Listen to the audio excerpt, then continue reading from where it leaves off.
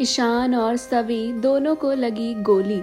जी हाँ, हम बात कर रहे हैं स्टार प्लस के पॉपुलर टेलीविजन शो गुम है किसी के प्यार में के बारे में, जहां आगे आने वाले एपिसोड में आप देखेंगे कि एक और ईशान सवी को ढूंढता हुआ जंगल में उतर जाता है, जहां वो देखता है कि रॉड और पत्थर पर खून लगा है और खून के दाग हर जगह हैं।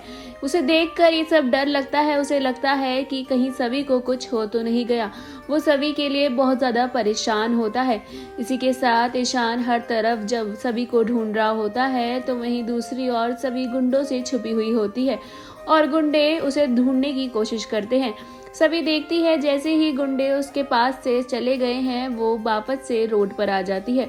वहीं पीछे से गुंडा आ जाता है और वो सभी को देख लेता है। वो कहता है आखिरकार तू पकड़ी ही गई, और साथ ही साथ वो सभी की ओर बढ़ ही रहा होता है कि सभी उससे बचने की कोशिश करती है और उसे धक्का दे देती है और वो गुंडा पुल के ऊपर से नीचे गिर जाता है। साथ ही साथ सभी भी गिरने वाली होती है, लेकिन वो पुल के ऊपर लटकी रह जाती है और इतने में ईशान आता है और सभी को वहां से बचाने की कोशिश करता है। सभी ईशान से पूछती है कि वो यहाँ पर कैसे आया है, उसने उसे कैसे ढूंढा। ईशान बताता है कि उसने ढूंढ लिया, उसे पता लगा कि कोई एम्बुलेंस तुम्हें यहाँ पर लेकर आई है। और साथ ही साथ सभी पूछती है कि क्या उसकी ताई ठीक है, और ईशान बताता है कि हाँ वो ठीक है। जिसके बाद दोनों वहां से भागने की कोशिश कर ही रहे होते हैं कि एक गुंडा आ जाता है और दोनों को गन पॉइंट पर रख देता है, जहां ईशान कहता है कि प्लीज हमें जाने दो और जो भी तुम्हें पैसे चाहिए वो हमसे ले लो।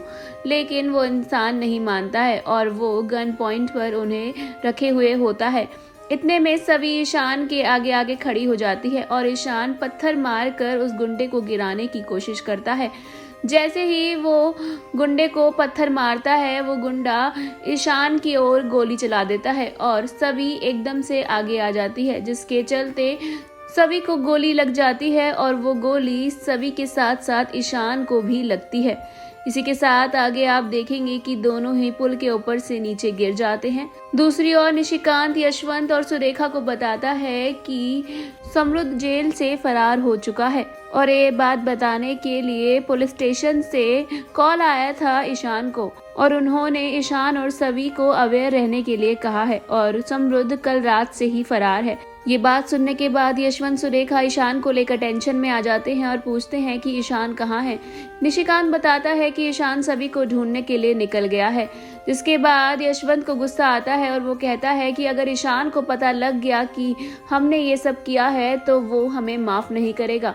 और सुरेखा भी बहुत ज्यादा डर जाती है और निशिकांत को काफी कुछ सुनाती है। जिसके बाद निशिकांत कहता है कि कुछ नहीं होगा, अगर पता लगा भी तो हम सारा इल्जाम समृद्ध पे डाल देंगे, क्योंकि उसका फरार होना हमारे लिए फायदे की बात है।